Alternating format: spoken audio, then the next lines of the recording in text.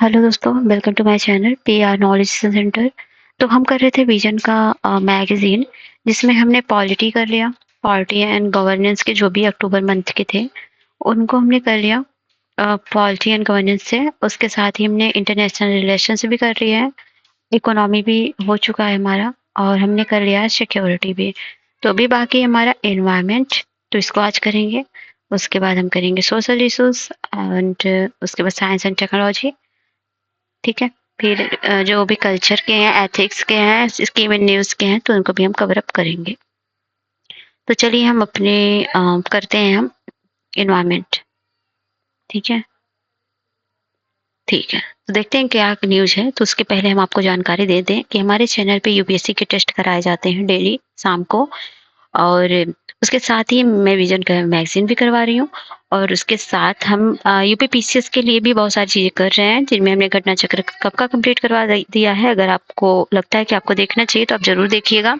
उसके साथ ही साथ हम आरओ के लिए जल्दी टेस्ट सीरीज़ लाने वाले हैं। ठीक है। और अगर वीडियो पसंद आता है तो आप प्लीज़ अपना फीडबैक दिया करें और अपने दोस्तों के भी शेयर किया करें, जिससे कि हम लोग को भी थोड़ा मोटिवेशन मिले कि हम लोग आपके लिए और बेहतर चीज़ें लाएँ। और एनसीईआरटी भी हमने शुरू किया है, तो बस आपकी फीडबैक का ही इंतज़ार है। जैसे ही आपके अच्छे-अच्छे फीडबैक्स आने लगेंगे, हम और बेहतर से बेहतर चीज़ें और कंटेंट वगैरह आपको टेलीग्राम पे भी उपलब्ध करवाते हैं। तो इन सब चीज़ों की पीडीएफ भी आपको टेलीग्राम पे मिल जाएगी। तो चलिए हम स्टार्ट करते हैं। तो पहला न्यूज़ है एनवायरनमेंट से जल ही अमृत। क्या है? तो आपको पता है, हाल ही में सरकार के 100 दिनों के एजेंडे के दौरान 2.0 Atal mission for rejuvenation and urban transformation सुधारों के तहत जल ही अमृत पहल का शुभारंभ किया गया। तो जल ही अमृत के पहल के बारे में जाने, तो इसकी पृष्ठभूमि में 1.0 की सफलता के बाद जो है बाद सफलता के आधार पर दूसरे चरण का उद्देश्य जल सुरक्षित शहर सुनिश्चित करना है। जल ही अमृत पहल का उद्देश्य है सीवेज उपचार संयंत्र के कुशल प्रबंधन के लिए राज्यों संग्रह क्षेत्रों को प्रोत्साहित करना। गौरतलब है कि एसटीपीएस को जो है प्रयुक्त जल उपचार संयंत्र भी कहा जाता है। पर्यावरणीय मानकों का पालन करते हुए संधारणीय जल पुनर्चक्रण पद्धतियों के माध्यम से उच्च गुणवत्ता वाले उपचारित जल की नियमित और पर्याप्त आपूर्ति सुनिश्चित करना है। निर्माण कार्य, उद्योग, सिंचाई जैसे कई क्षेत्रों में जल का पुनः उपयोग कर जल चक्रीय अर्थव्यवस्था को बढ़ावा देना है। अन्य उद्देश्य हैं अंतर सरकार शहरी प्रतिस्पर्धा को बढ़ावा देना, उपचार फैसिलिटी संबंधित क्षमता का निर्माण करना तथा व्यवस्थित सुधारों के माध्यम से उच्च गुणवत्ता वाले उपचारित जल को छोड़ने को प्रोत्साहित करना। रेटिंग आधारित प्रोत्साहन की रणनीति में बात करें, तो प्रयुक्त जल उपचार संयंत्रों को स्टार रेटिंग प्रणाली के माध्यम से स्वच्छ जल क्रेडिट प्रदान किया जाएगा। साथ ही व्यापक मूल्यांकन प्रक्रिया के आधार पर शहरी स्थानीय निकायों पैरास्टेटल एजेंसियों को प्रोत्साहन दिया जाएगा। पैरास्टेटल एजेंसियां ऐसी संस्थाएं संगठन हैं जो पूर्णतः या आंशिक रूप से सरकार के स्वामित्व और प्रबंधन के तहत कार्य करते हैं।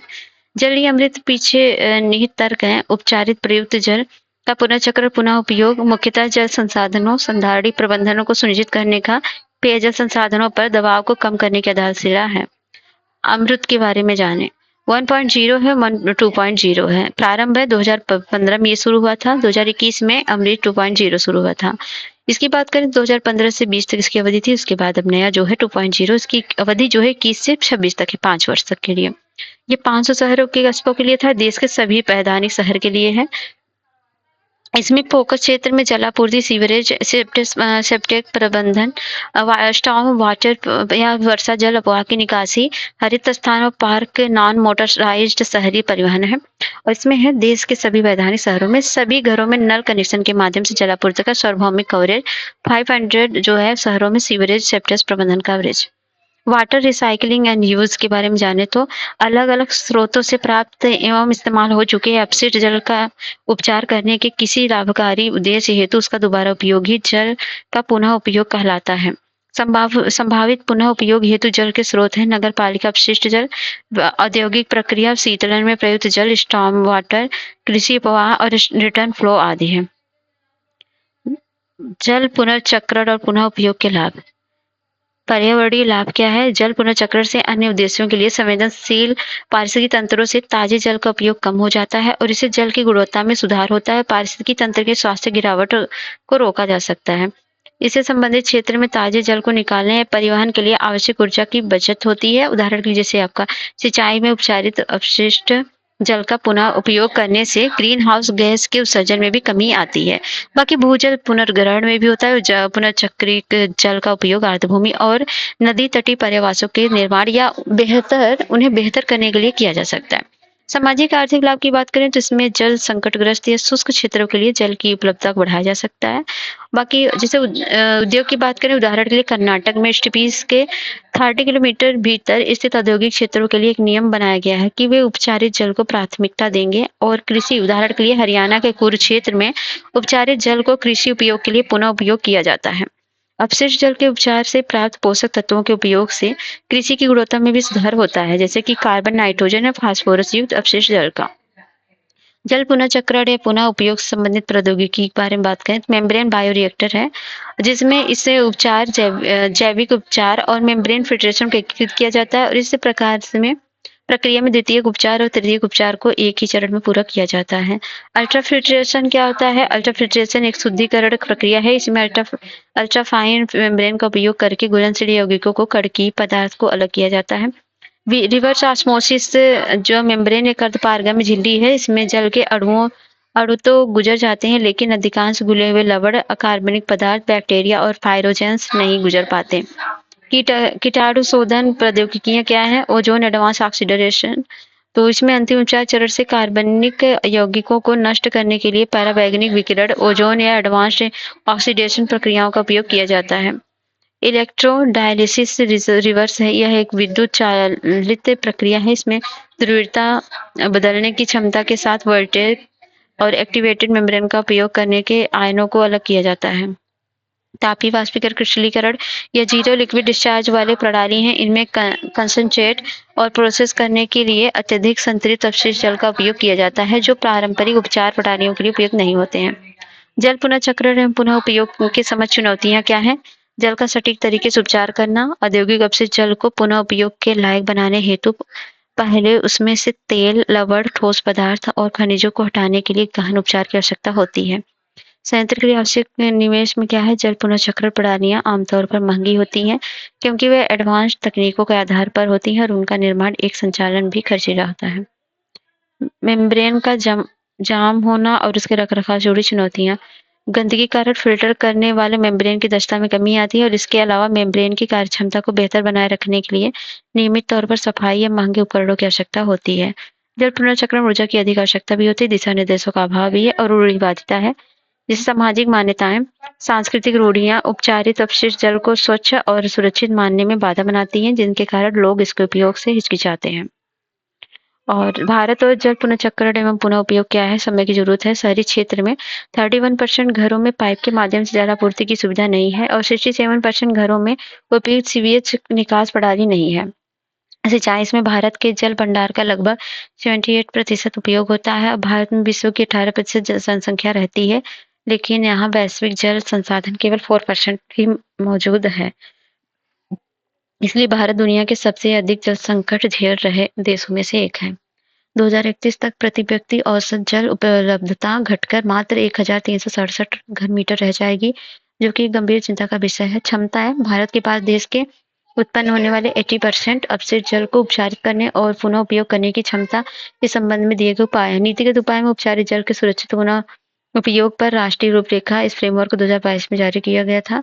और विद्युत शुल्क नीति है 2016 की, इसमें सभी ताप विद्युत संयंत्रों को 50 किलोमीटर के दायरे में स्थित सीवेज उपचार संयंत्रों से उपचारित सीवेज जल को गैर पेय उद्योग उद्देश्यों के लिए अनिवार्य बना दिया गया है। और नेक्स्ट है जल पुनर्चक्रण एवं पुनः उपयोग चुनौतियों से निपटने की आगे की राह में उद्योगों के द्वारा जल पुनर्चक्रण एवं पुनः उपयोग के लिए मानक स्थापित करना और जल पुनर्चक्र तंत्र को प्रोत्साहित किया जा सकता है। सार्वजनिक निजी भागीदारी को सुविधाजनक बनाना चाहिए और व्यापार योग्य जल उपयोग क्रेडिट प्रणाली को लागू करना चाहिए। हाइपर लोकल वेदर फोरकास्टिंग क्या है? तो हाल ही में केरल बाढ़ प्रवण पेरियार और चालाकुडी नदी घाटियों में बाढ़ के पूर्वानुमान के लिए हाइपर लोकल डेटा एकत्र करने वाली एक नई प्रणाली कोस इट फ्लोस का शुभारंभ किया गया है। तो इसके बारे में जान community sourced impact based flood forecast and early warning system नामक यह परियोजना कोच्चि स्थित इक्की नोड द्वारा संचालित है और इक्कीनोक्ट एक कम्युनिटी सोर्सल मॉडलिंग सॉल्यूशन प्रोवाइडर है जो बाढ़ पूर्वानुमान और प्रारंभिक चेतावनी के लिए एक समुदाय आधारित मॉडलिंग समाधान प्रदान करता है। इसे यूनिसेफ के क्लाइमेट टेक कोहार्ट द्वारा मान्यता प्राप्त है। इसके तहत एर्नाकुलम, इडुक्की और त्रिशूर में स्थापित 100 वर्षा मापी यंत्रों का उपयोग किया जाता है। इसमें इससे जो है मुख्य रूप से स्टूडेंट्स, महिलाओं और युवाओं द्वारा घरेलू स्तर पर वर्षा, नदी, ज्वारी और भू-जल स्तरों के आंकड़े एकत्रित किए जाते हैं। इसके बाद उन आंकड़ों को इनसाइट गैदर नामक एक वेब पोर्टल के माध्यम से विश्लेषित और प्रदर्शित किया जाता है। इस पोर्टल को पायलट बेसिन क्षेत्रों में प्रभाव आधारित पूर्वानुमान प्रस्तुत करने के लिए बनाया गया है। इसका उद्देश्य सरकारी आंकड़ों में मौजूदा खामियों को दूर करना तथा प्राकृतिक आपदाओं का सामना करने के लिए अति स्थानीय या हाइपर लोकल आंकड़े एकत्र करके अधिक सामुदायिक भागीदारी के साथ परियोजना के आगे बढ़ाना है। हाइपर लोकलाइज्ड मौसम पूर्वानुमान का महत्व क्या है? आपदा का सामना करने की तैयारी और कृषि आजीविका की सुरक्षा के लिए है। ग्लोबल क्लाइमेट रेजिलियंस में भारत की भूमिका है। शहरी क्षेत्र में बेहतर ट्रैफिक वगैरह के लिए। हाइपर लोकल अति स्थानीय यानी बहुत छोटा भौगोलिक मौसम पूर्वानुमान के बारे में जाने तो इसकी परिभाषा है हाइपर लोकल मौसम पूर्वानुमान के तहत बहुत छोटे क्षेत्रों में मौसम की स्थिति का पूर्वानुमान किया जाता है। वर्तमान पूर्वानुमान स्तर वर्तमान में भारतीय मौसम विज्ञान विभाग जिला स्तर के लिए मौसम पूर्वानुमान जारी करता है। राष्ट्रीय मौसम पूर्वानुमान केंद्र देश भर में सब डिविजनल स्तर पर मौसम का पूर्वानुमान और चेतावनी जारी करता है। राज्य मौसम पूर्वानुमान केंद्र संबंधित राज्य के जिला स्तर पर पूर्वानुमान चेतावनी जारी करता है। हाइपर लोकल पूर्वानुमान की आवश्यकता क्यों है? क्योंकि भारत जैसे उष्णकटिबंधीय देशों में मौसम बहुत तेजी से बदलता रहता है, इसलिए सही और उपयोगी जानकारी के लिए हाइपर लोकल मौसम पूर्वानुमान जारी जरूरी है। हाइपर लोकल मौसम पूर्वानुमान की समझ चुनौतियां हैं। पुराने पूर्वानुमान मॉडल है। मौसम निगरानी ग्राउंड स्टेशन में कमी है क्योंकि वर्तमान में आईएमडी द्वारा लगभग 800 स्वचालित मौसम स्टेशन और 1500 स्वचालित वर्षा गेज और 37 डॉपलर मौसम रडार संचालित किए जाते हैं। इसमें 3 लाख से अधिक ग्राउंड स्टेशन और लगभग 70 डीडब्ल्यूआरएस की कुल आवश्यकताओं से काफी कम है। ग्राउंड स्टेशनों से प्राप्त डेटा का अकुशल उपयोग है। छोटे पैमाने घटनाओं का पूर्वानुमान करना कठिन है, सब चीजें हैं। हाइपर लोकल मौसम पूर्वानुमान को सुगम बनाने के लिए उठाए गए कदम है ग्राम पंचायत स्तरीय मौसम पूर्वानुमान या ग्राम पंचायत स्तर पर प्रति घंटा पूर्वानुमान प्रदान करने के लिए पंचायती राज मंत्रालय, पृथ्वी विज्ञान मंत्रालय, आईएमडी का एक संयुक्त कार्यक्रम है। मिशन मौसम इसे हाल ही में शुरू किया गया है। इसका उद्देश्य 2026 तक भारत में मौसम जलवायु पूर्वानुमान को बेहतर बनाना और इसके तहत अवलोकन प्रणाली को मजबूत करने के लिए रडार, विंड प्रोफाइलर्स और रेडियोमीटर का व्यापक नेटवर्क स्थापित किया जाएगा। मौसम सूचना नेटवर्क और डेटा सिस्टम दीर्घकालिक और हाइपर लोकल मौसम डेटा एकत्र करने के लिए पूरे भारत में AWS का नेटवर्क स्थापित किया गया है। आईफ्लोज मुंबई शहर को प्राकृतिक आपदाओं को बचाने के लिए पृथ्वी विज्ञान मंत्रालय ने ग्रेटर मुंबई नगर निगम के सहयोग से एक एकीकृत बाढ़ चेतावनी प्रणाली आईफ्लोज मुंबई विकसित की है। यह प्रणाली विशेष रूप से भारी वर्षा और चक्रवातों के दौरान पूर्वानुमान व चेतावनी जारी करने में सक्षम है। मुंबई फ्लड ऐप यह वर्षा संबंधी पूर्वानुमान और बाढ़ निगरानी जैसे जुड़ी एक प्रणाली है जो मुंबई के लिए प्रति घंटे एवं प्रतिदिन वर्षा का पूर्वानुमान जारी करती है। आईटी बॉम्बे ने इसे HDFC या जियो के वित्तीय समर्थन और MCGM centre for communication capacity building and research के सहयोग से विकसित किया। निष्कर्ष है हाइपर लोकल मौसम पूर्वानुमान को बढ़ाने के लिए एक व्यापक दृष्टिकोण अपनाने की आवश्यकता है। इसमें एडवांस्ड मॉडल से लेकर वर्तमान तकनीक को अपग्रेड करना, निगरानी नेटवर्क का विस्तार करना, डेटा शेयरिंग को बढ़ावा देना और बेहतर रियल टाइम डेटा सिस्टम विकसित करना शामिल है। इन समस्याओं का हल करके भारत स्थानीय घटनाओं के पूर्वानुमान के लिए सटीकता में सुधार कर सकता है, चरम मौसम से निपटने के लिए बेहतर तरीके से तैयारी कर सकता है। न्यूज इन शॉर्ट में है स्टेट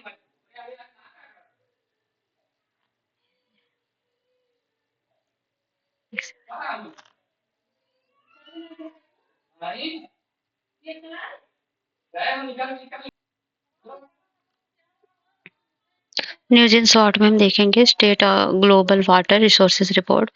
यह रिपोर्ट विश्व मौसम विज्ञान संगठन द्वारा जारी की गई WMO संयुक्त राष्ट्र की एक विशेष एजेंसी है जो जैसे वायुमंडलीय विज्ञान और मौसम विज्ञान में अंतर्राष्ट्रीय सहयोग को बढ़ावा देने का काम करती है। तो रिपोर्ट के मुख्य बिंदु है हाइड्रोलॉजिकल स्ट्रीम। रिपोर्ट ने बताया कि 2023 तक अब तक सबसे गर्म साल था।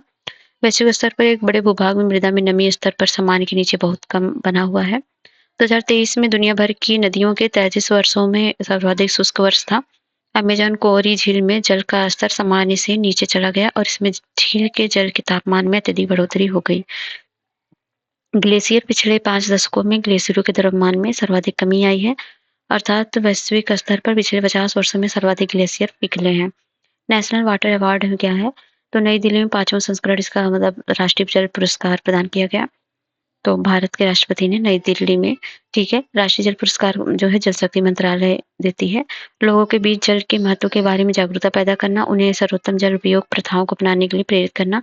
यह पुरस्कार 9 श्रेणियों में दिया जाता है: सर्वश्रेष्ठ राज्य, सर्वश्रेष्ठ जिला, सर्वश्रेष्ठ ग्राम पंचायत, सर्वश्रेष्ठ शहरी स्थानीय निकाय, सर्वश्रेष्ठ स्कूल कॉलेज, सर्वश्रेष्ठ उद्योग, सर्वश्रेष्ठ जल उपयोगकर्ता संघ, सर्वश्रेष्ठ संस्थान और सर्वश्रेष्ठ नागरिक समाज। उड़ीसा सर्वश्रेष्ठ राज्य और सूरत सर्वश्रेष्ठ युगल भी है। सीसीपीए ने ग्रीन वॉशिंग को रोकथाम के लिए दिशा निर्देश जारी किए हैं। केंद्रीय उपभोक्ता संरक्षण प्राधिकरण ने ग्रीन वॉशिंग से भ्रामक पर्यावरण दावों के रोकथाम एवं विनियमन के लिए दिशा निर्देश 2024 जारी किया है। दिशा निर्देश भ्रामक विज्ञापन रोकथाम दिशा निर्देश 2022 की अगली कड़ी है। ये ग्रीन वॉशिंग गतिविधियों पर रोक लगाते हैं। दिशा निर्देशों की मुख्य विशेषताएं हैं: ग्रीन वॉशिंग की स्पष्ट परिभाषा। ग्रीन वॉशिंग से आशय ऐसी कोई भी भ्रामक या गुमराह करने वाली गतिविधि से है जिसमें किसी उत्पाद के पर्यावरण अनुकूलन होने के बारे में बढ़ा चढ़ाकर अस्पष्ट, झूठे या निराधार दावे किए जाते हैं और सही तथ्य को जानबूझकर प्रस्तुत नहीं किया जाता है या नहीं बताया जाता है या छिपाया जाता है। दिशा निर्देश के किन पहलू पर लागू होंगे? तो ये जो है पर्यावरण अनुकूल होने के सभी दावे होते हैं, जैसे विनिर्माण सेवा प्रदाता, उत्पाद के विक्रेता, विज्ञापनदाता या कोई विज्ञापन एजेंसी या इंडोर्स करने वाले उनकी सेवा की में किसी उत्पादों के विज्ञापन के लिए दी जाती है। उत्पाद या सेवा के पर्यावरण अनुकूलन में होने वाले दावों की पुष्टि की बात करें तो उत्पाद या सेवा के बारे में उपभोक्ता की समझ में आने वाली भाषा का उपयोग करना होगा तथा पर्यावरण प्रभाव आकलन जैसी तकनीकी शब्दावली के अर्थ या प्रभाव का उल्लेख करना होगा। पर्यावरण अनुकूलन होने वाले संबंधी दावों को सत्यापन योग्य स्वतंत्र स्टडीज थर्ड पार्टी द्वारा प्रमाणित होना चाहिए और यह अध्ययन सर्वसुलभ होने चाहिए।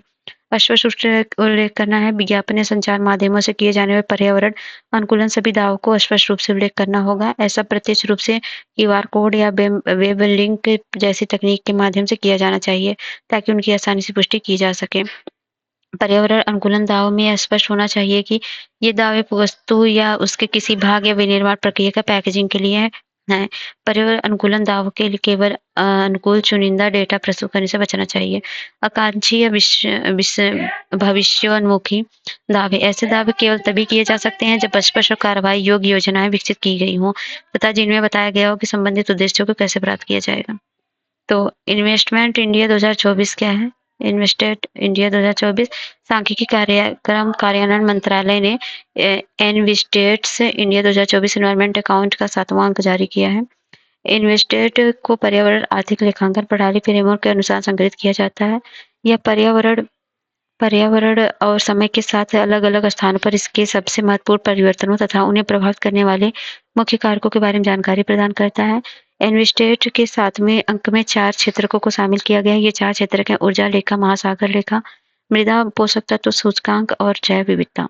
इन्वेस्टेट इंडिया 2024 के बिंदु के बारे में बात करें तो भारत एनर्जी ट्रांजिशन ने विश्व में अग्रणी देश बनकर उभरा है।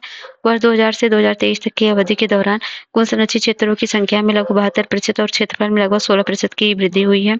2013 से 21 के दौरान मैंग्रोव का कवरेज 8% बढ़ा है।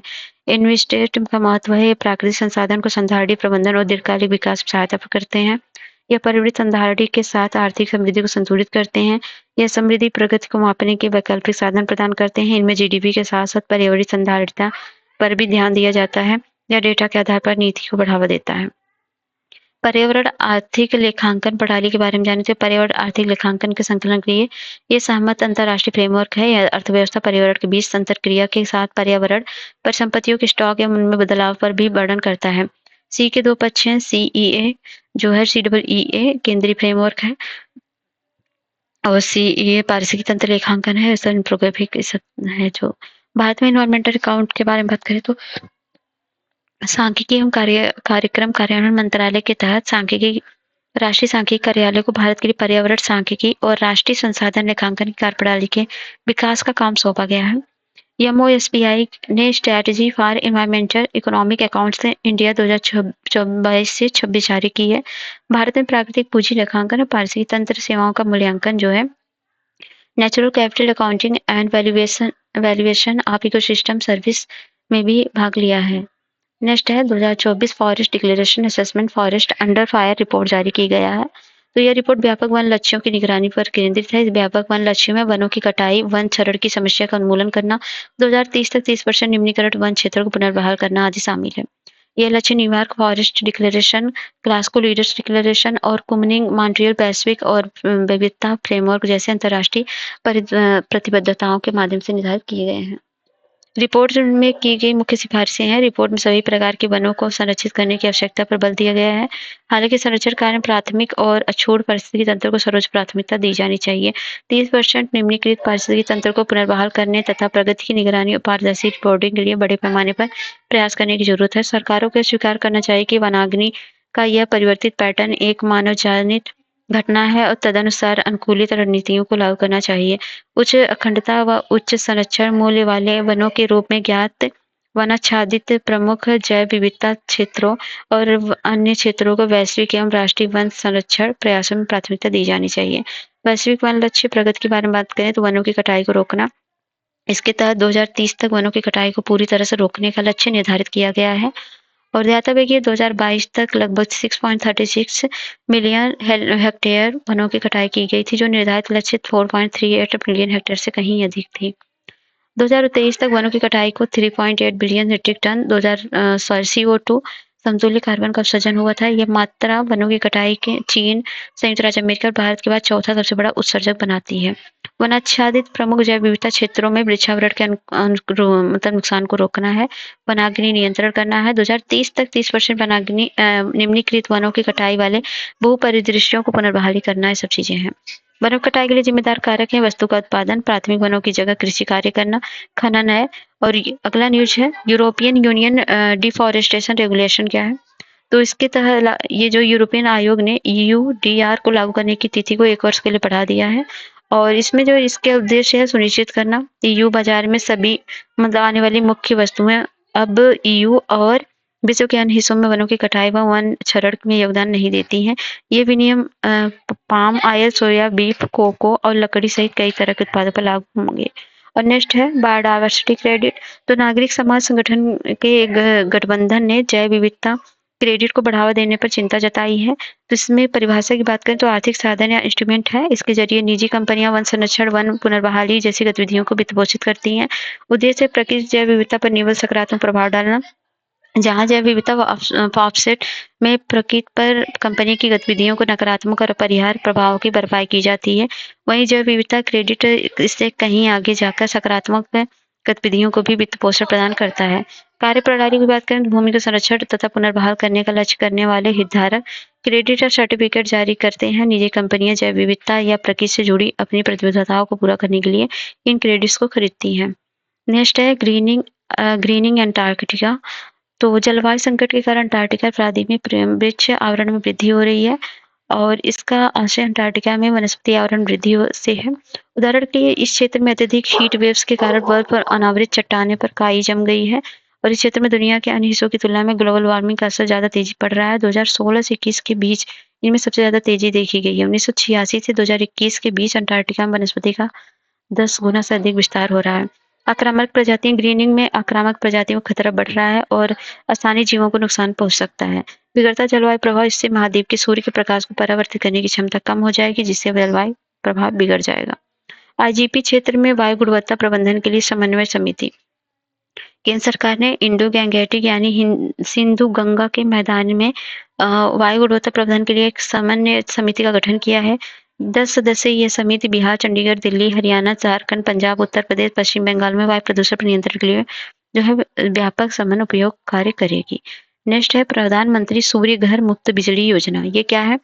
तो यह हम प्रधानमंत्री सूर्य घर बिजली योजना अभिनव परियोजना घटक के लिए दिशा निर्देश सूचित किए गए हैं। तो केंद्रीय नवीन एवं नवीकरणीय ऊर्जा मंत्रालय ने अभिनव परियोजना के लिए परिचालित संबंधी दिशा निर्देश अधिसूचित किए हैं। इनका उद्देश्य रूफटॉप और ऊर्जा प्रौद्योगिकी व्यवसाय मॉडल और एकीकृत तकनीक की प्रकृति को प्रोत्साहित करना है। इसमें मॉडल, सोलर विलेज जैसे अन्य उप घटकों के लिए दिशा निर्देश जारी किए गए हैं। तो प्रधानमंत्री सूर्य घर मुफ्त बिजली योजना के बारे में जाने तो ये केंद्रीय नवीन और नवीकरण मंत्रालय का है। 2026-27 तक की योजना की अवधि है। इसका उद्देश्य है रूफटॉप सोलर स्थापित करना, 1 करोड़ घरों को 300 मासिक यूनिट तक मुफ्त बिजली प्रदान करना। 2 किलोवाट क्षमता तक रूफटॉप प्रणालियों के लिए सोलर यूनिट लागत का 60% और 2 से 3 किलोवाट क्षमता के बीच की प्रणालियों के लिए अतिरिक्त प्रणाली लागत का 40% है। तो इसके घटक हैं नई अवधारणा के विकास में स्टार्टअप्स, संस्थाओं और उद्योगों का समर्थन करना। इन अवधारणाओं में ब्लॉकचेन आधारित peer to peer solar trading जैसी नई तकनीक पर ध्यान केंद्रित किया जाएगा। पात्रता लक्षित है संयुक्त अनुसंधान और डिजाइन में शामिल कोई भी संस्था या व्यक्ति तथा अंतर्राष्ट्रीय सहयोग। योजना अवधि पर उपयोजना की अधिकतम अवधि 18 महीने होगी। ठीक है। वर्ल्ड एनर्जी आउटलुक क्या है? तो ये 2024 जारी किया है। वो राजनीतिक तनाव, विखंडन, ऊर्जा सुरक्षा की समझ प्रमुख जोखिम है। वर्तमान में वैश्विक स्तर पर तेल और एलएनजी आपूर्ति का लगभग 20% हिस्सा हॉर्मुज़ जलमंडल मध्य से होकर गुजरता है। यह जलमंडल मध्य पूर्व में एक समुद्री चेक पॉइंट है। स्वच्छ ऊर्जा अभूतपूर्व दर से ऊर्जा प्रणाली में शामिल हो रही है। 2023 से 560 गीगावाट से अधिक की नई नवीकरणीय ऊर्जा क्षमता जुड़ी है। 2030 से पहले दुनिया की आधी से अधिक बिजली कम उत्सर्जन करने वाले स्रोतों से उत्पन्न होगी। अंतर्राष्ट्रीय ऊर्जा दक्षता हब क्या है? तो केंद्रीय मंत्रिमंडल ने भारत के आईईईएच में शामिल होने के लिए आशय पत्र पर हस्ताक्षर कर मंजूरी दे दी है। भारत की ओर से ऊर्जा दक्षता ब्यूरो के लिए कार्यान्वयन एजेंसी का रूप नामित किया गया है। अंतर्राष्ट्रीय ऊर्जा दक्षता हब के बारे में जाने तो 2020 में ऊर्जा दक्षता सहयोग के लिए अंतर्राष्ट्रीय साझेदारी को उत्तराधिकार में स्थापित किया गया था। ईपीक में भारत भी एक सदस्य है। सौंपे गए कार्य हैं एक वैश्विक मंच है जो वैश्विक विश्व में सहयोग को बेहतर करने और ऊर्जा दक्षता को बढ़ावा देने के लिए समर्पित है।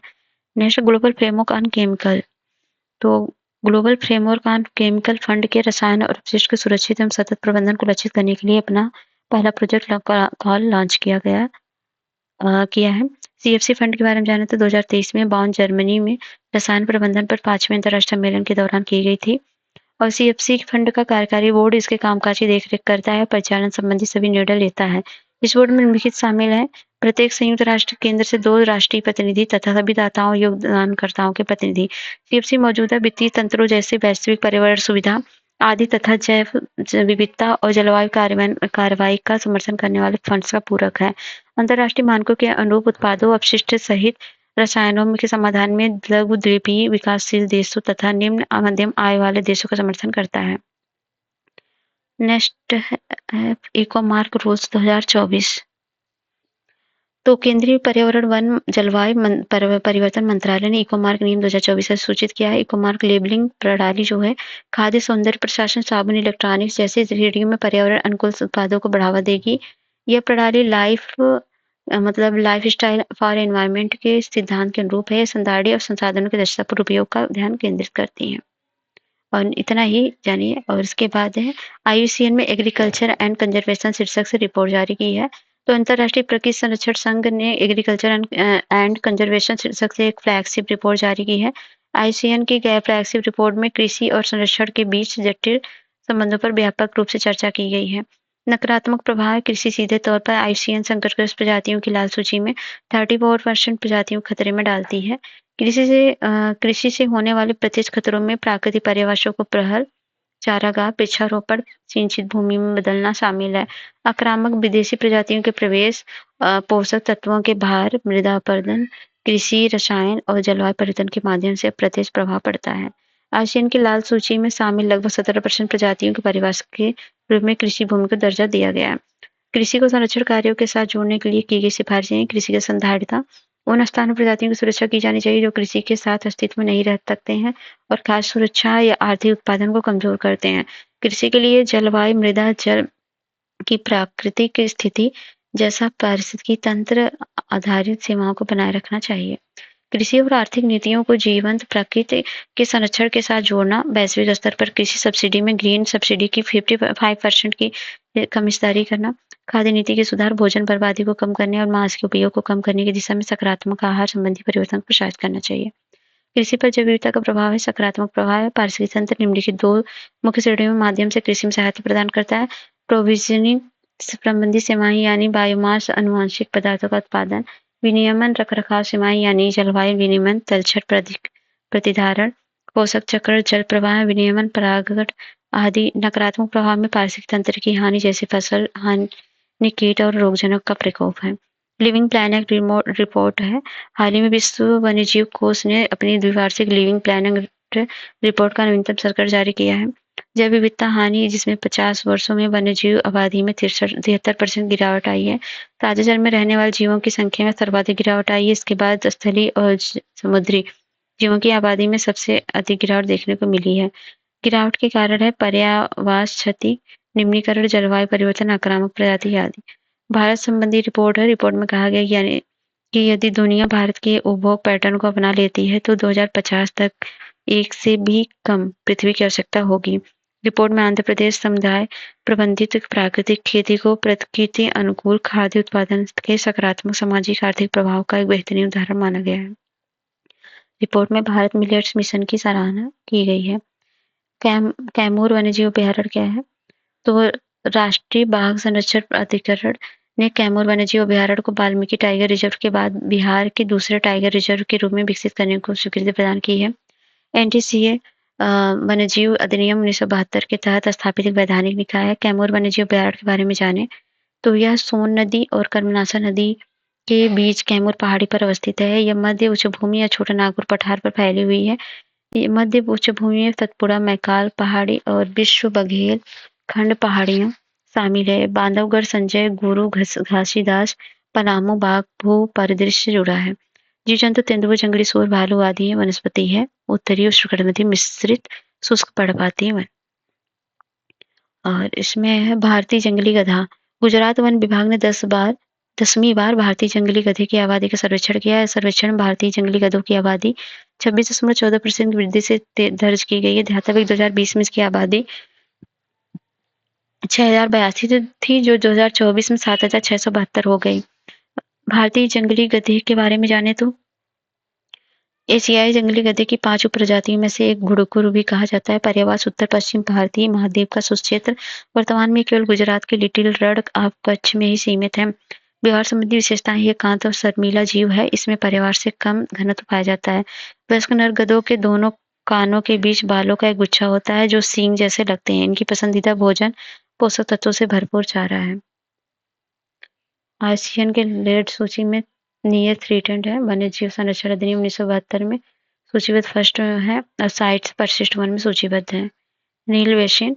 मिस्र के व्यापक विरोध के बावजूद नील नदी बेसिन के जल संसाधनों के न्यायसंगत उपयोग पर संपन्न समझौता लागू हो गया है। नील बेसिन के बारे में जाने तो विश्व की सबसे लंबी नदी है। इसका जल अपवाह क्षेत्र अफ्रीका महाद्वीप के भूभाग का 10% है। यह नदी दक्षिण के उत्तर तक 11 देशों से होकर गुजरती है। इसकी 2 मुख्य सहायक नदी हैं, व्हाइट नील मतलब श्वेत नदी और नीली नदी। श्वेत नदी बुरुंडी और रवांडा से निकलती है और नीली नदी इथियोपिया से निकलती है। यानी सहायक नदियां सोवत, अटबारा और बहर अल गजर आदि है। ये देख सकते हैं, ब्लू नील है, व्हाइट नील है। ठीक है। ज्वालामुखी उद्गार और आयनमंडलीय विक्षोभ। तो भारतीय भूचुंबकीय संस्थान हाल ही में दिए गए एक अध्ययन में अंतरिक्ष मौसम को आकार देने में ज्वालामुखी की भूमिका में पता लगाया। तो अध्ययन के बिंदु हैं आयनमंडलीय विक्षोभ। ज्वालामुखी उद्गार में प्रबल वायुमंडलीय गुरुत्वाकर्षण तरंगें उत्पन्न होती हैं। यह तरंगें इक्वेटोरियल प्लाज्मा बबल्स निर्माण को सक्रिय करती हैं। और नेक्स्ट है ज्वालामुखी, इसके प्रभाव तो बताइए। भूपर्वत में एक छिद्र है जिसके माध्यम से लावा, राख, गैस निकलती है। सब चीजें तो बताइए होंगी। नेक्स्ट है लिपुलेखा पास। ये रहा लिपुलेखा पास। तो यहाँ नेपाल है, इंडिया है और ये है तिब्बत। ये है यहाँ पर है लिपुलेखा, इंडिया में। लिपुलेखा दर्रा है, यह एक महत्वपूर्ण अंतर्राष्ट्रीय पर्वतीय दर्रा है। काला पानी घाट के ऊपर है। भारत, नेपाल और चीन के बीच टाई जंक्शन बनाता है। दर्रा ब्यास घाटी, पिथौरागढ़ जिला, उत्तराखंड के अवस्थित है। यह भूटिया लोग रहते हैं। यह प्राचीन व्यापार और तीर्थ यात्रा मार्ग है। चीनी घुसपैठ के भय से भारत ने 1962 से बंद कर दिया था। ये 2020 सरकार ने इसे फिर से खोल दिया। तो मेरा पूरा इन्वायरमेंट जो कि कंप्लीट हो चुका है। अगर वीडियो पसंद आता है लाइक शेयर सब्सक्राइब करें। मिलते हैं नेक्स्ट वीडियो में। तब तक जय हिंद, जय भारत।